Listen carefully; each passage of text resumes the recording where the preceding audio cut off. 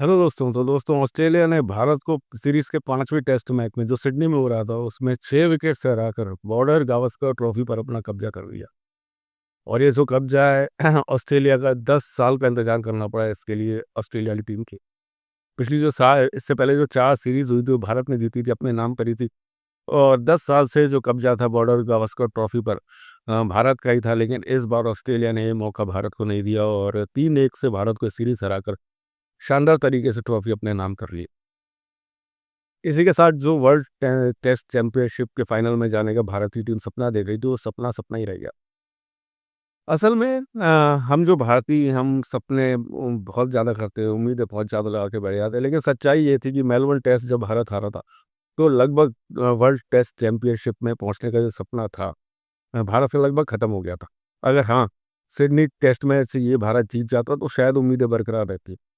और ये सपना इसी सीरीज़ में नहीं टूटा, ये सपना तो हमें समझना चाहिए था कि भारत की जो न्यूज़ीलैंड से हार हुई थी अपने ही घर में, उसी वक़्त टूट चुका था। जब अपने ही घर में आप 3-0 से हारोगे तो काफ़ी मुश्किल था वर्ल्ड जो टेस्ट चैंपियनशिप है उसके फाइनल में पहुँचने का सफ़र।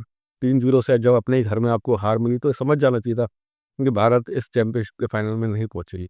और जो ऑस्ट्रेलिया का दौरा इतना कड़ा दौरा होता है और उसमें भारत की ऐसी टीम से जीत की उम्मीद करना बेमानी था। क्योंकि जिस तरह से भारत का प्रदर्शन चल रहा था अपने घर में, या पहले भी बांग्लादेश की जो टीम आई थी उसमें जो भारत की बैटिंग थी बिल्कुल कोलैप्स कर रही थी, उस तरह से हम ये उम्मीद तो लगा रहे थे कि अच्छा प्रदर्शन करेगी भारतीय टीम। लेकिन सबको अंदर ही अंदर ये पता था कि भारत की टीम की स्थिति बहुत ही खराब है इस टाइम पे। और जैसा आपके सामने ऐसे ही हुआ, 3-1 से भारत ये सीरीज़ गँवा बैठा। हालाँकि जो पहला टेस्ट मैच जो पर्थ में जीता था भारत ने, सबको आश्चर्यचकित कर दिया था। यहाँ तक कि ऑस्ट्रेलियन मीडिया भी बहुत आश्चर्यचकित थी, जिस तरह से भारत का पिछला प्रदर्शन रहा था और जिस तरह से भारत ने ये पर्थ टेस्ट जीता, तो सब भारतीय फैन्स की उम्मीदें भी बढ़ गई थी और काफ़ी लोगों की उम्मीदें बढ़ गई थी भारत अच्छा प्रदर्शन करेगा। लेकिन बस उस टेस्ट मैच के पहले टेस्ट मैच के बाद से जो भारत की टीम में गिरावट देखी गई, उसी तरह की गिरावट थी जिसकी सबने उम्मीद करी थी। टेस्ट मैच ये सिडनी में था। सिडनी में जो एशियन टीम होता है होती है, उनको मदद मिलती है हमेशा की तरह से। भारत ने भी अच्छा प्रदर्शन किया है और काफ़ी खैर सिडनी में भारत जीती तो नहीं है। 1978 में जीत आई थी, उसके बाद भारत सिडनी में नहीं जीता। लेकिन प्रदर्शन भारतीय बैट्समैनों का सिडनी में अच्छा रहा है, क्योंकि पिच जो होती है सिडनी की वो एशियन जो बैटर्स हैं उनके अनुकूल रहती है। लेकिन इस बार जो सिडनी की पिच बनाई गई थी, पूरी घास से भरी पिच बनाई गई थी जो फास्ट बॉलर्स को बहुत पसंद थी। इस दौरे में भारत के लिए कुछ भी सही नहीं रहा, ना डिसीजन सही हुए, ना सिलेक्शन सही हुए। और कोच जो थे गौतम गंभीर, रोहित शर्मा के बीच में बिल्कुल तालमेल बैठा ही नहीं। बैटर्स की नाकामी, सिलेक्शन टीम का सही नहीं, कुछ भी सही नहीं था। इस ऐसे जो बड़े दौरे होते हैं ना उसमें जो सिलेक्शन होते हैं वो काफ़ी टाइम पहले से ही खिलाड़ियों को देखना शुरू कर दिया जाता है। इतना बड़ा ऑस्ट्रेलिया का दौरा, इसकी जो रूपरेखा है काफ़ी टाइम पहले से ही बनानी चाहिए। फास्ट बॉलर्स को तैयार करना चाहिए, लेकिन ऐसा कुछ नहीं हुआ।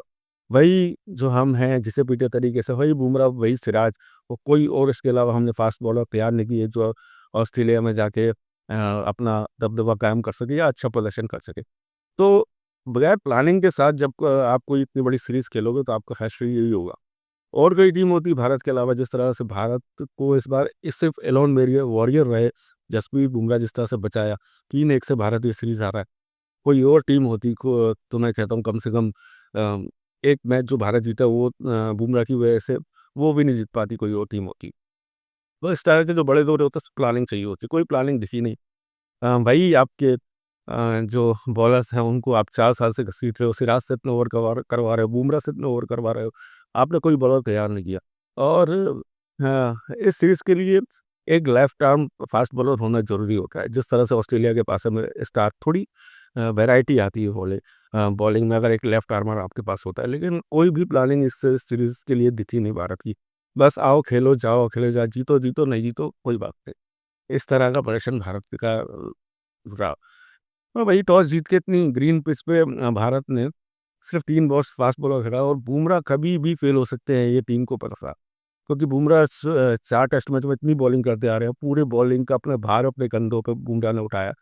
तो कहीं न कहीं पता था कि बुमराह को प्रॉब्लम होगी। तो पहली इनिंग में गेंदबाजी करने के बाद हमने देखा कि बुमराह स्कैन के लिए गया, उनको कोई प्रॉब्लम थी कि सेकंड इनिंग में वो बॉलिंग नहीं कर सके। तो ऐसी जो ग्रीन ग्रास पिच थी, उसको देखते हुए गौतम गंभीर ने 2 स्पिनर खिलाए, और 2 स्पिनर क्या 2 ऑलराउंडर खिलाए, जडेजा और वाशिंगटन सुंदर जिसकी कोई ज़रूरत नहीं है, फास्ट बॉलर यहाँ पे होना चाहिए था एक और, कम से कम बुमराह के सपोर्ट के लिए। ज जब इतनी ग्रास पिच आप देख रहे हो, पिच पे है, फास्ट बॉलर को मदद मिलेगी। उसके बाद आप इस तरह का डिसीजन ले रहे हो कि 2 हम ऑलराउंडर खेलेंगे और फास्ट बॉलर जो आपके पास 2 बैठे हुए हैं, हर्षित राणा बैठे थे, उनको खिलाया चाहिए। उनको नहीं खिला के आपने वाशिंगटन सुंदर को खिलाया अपनी बैटिंग मजबूत करने के लिए। अ, टीम का कोच का क्या सोचना है ये तो पता नहीं, लेकिन बहुत ही खराब जो सिलेक्शन था। उसके बाद आप टॉस जीत के इतनी ग्रासी पिच पे खुद बैटिंग करने आए हो, जबकि आपकी टीम 200 बनाना मुश्किल हो रहा है आपका हर इनिंग में, एक आध इनिंग को छोड़ के। तो बैटिंग जब कोलैप्स कर रही है तो आपको पहले खेलने की ज़रूरत क्या है? वही हुआ 185 रन जिसका डर था भारत का कोलैप्स। ये कोलैप्स कई इनिंग से चला आ रहा है और ये कोलैप्स थमने का नाम नहीं ले रहा है। 185 रन, फिर बॉलर्स पे अब बॉलिंग करने का दबाव।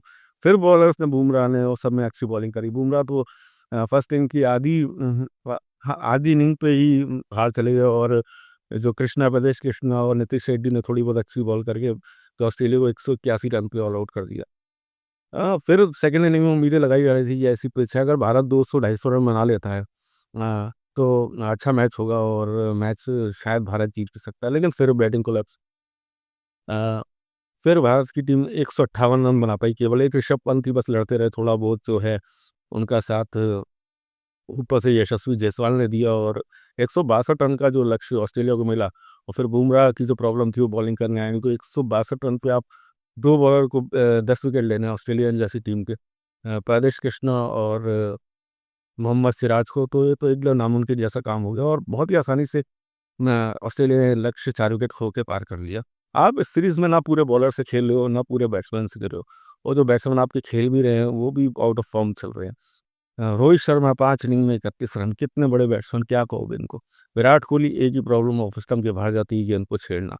इतने बड़े खिलाड़ी हो गए, उनको अपनी प्रॉब्लम ही समझ में नहीं आ रही। विराट कोहली के 191 रन है, इतने बड़े खिलाड़ी से हम 5 मैच की सीरीज़ में क्या 190 रन उम्मीद करते हैं? हाँ, कोलैप्स बिल्कुल बैटिंग है। यशस्वी जायसवाल ने कही थोड़ी बहुत बैटिंग अच्छी करी और 390 कुछ रन यशस्वी जायसवाल ने इस सीरीज़ में बनाए, लेकिन वो भी कंसिस्टेंट नहीं रहे। केएल राहुल शुरू की कुछ इनिंग्स में अच्छे दिखे, लेकिन उसके बाद केएल राहुल भी फेल हो गए।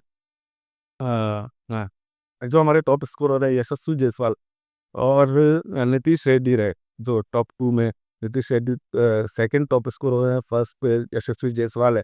कमाल करते हैं, इन दोनों का पहला ऑस्ट्रेलिया दौरा था और ये हमारे टॉप स्कोरर हैं और जिनको एक्सपीरियंस है रोहित शर्मा और विराट कोहली जैसे बल्लेबाजों को, वो ढेर हो गए इस सीरीज़ में। तो यंगस्टर ने थोड़ा अच्छा काम किया, लेकिन यंगस्टर के साथ जो सीनियर खिलाड़ी होते हैं, उनका मिलके जो कॉम्बिनेशन होता है, वही टीम को मैच जिताता है, लेकिन ऐसा हुआ नहीं। बिल्कुल धराशायी दिखी बैटिंग, तो बिल्कुल ही खराब हो रही है टीम इंडिया की और कुछ इस बारे में सोचना पड़ेगा।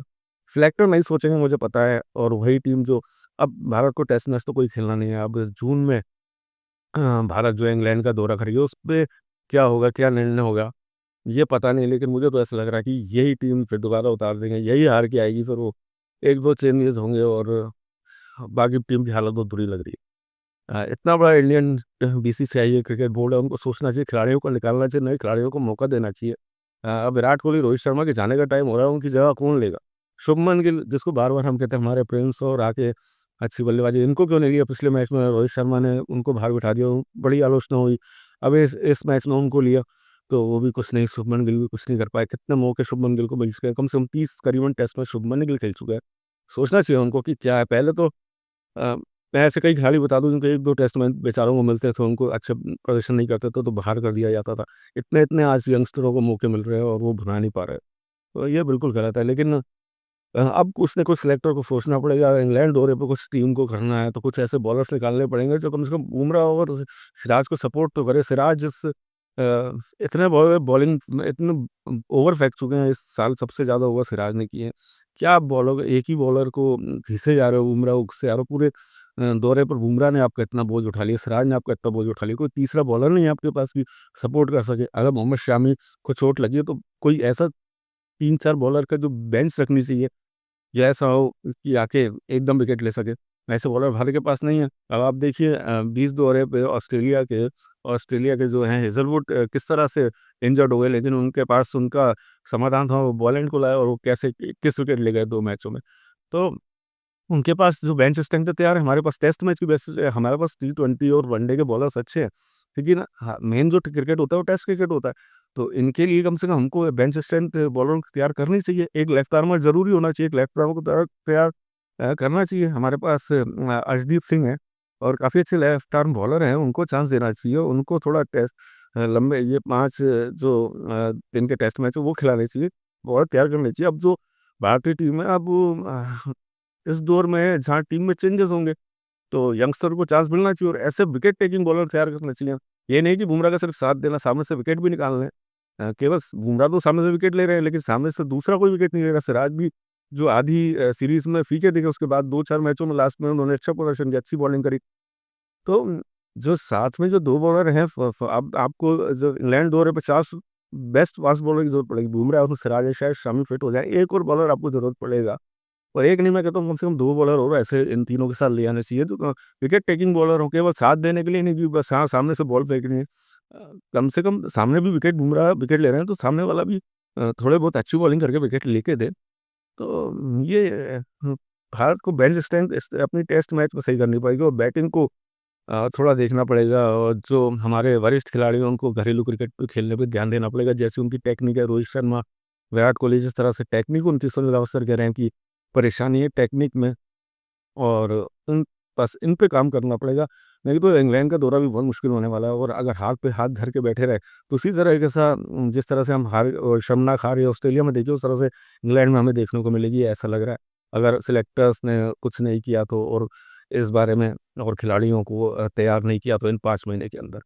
चलिए टेस्ट मैच तो भारत हार चुका है और अ, अब टेस्ट मैच खेले नहीं जाएँगे, अब सिर्फ जून में इंग्लैंड के साथ सीरीज़ होनी है। लेकिन आशा ये करते हैं कि अच्छे खिलाड़ी तैयार हों, अच्छे बॉलर, बेंच स्ट्रेंथ भारत का तैयार हो, जिससे कि आने वाले दौरों पे हमें इस तरह की हार का सामना ना करना पड़े और भारत को इस तरह का शर्मनाक अ, दौर से ना गुज़रना पड़े। अब वनडे चालू होंगे, चैंपियंस ट्रॉफी हो भारत की, अभी इंग्लैंड के साथ टी20 सीरीज़ है, देखते हैं।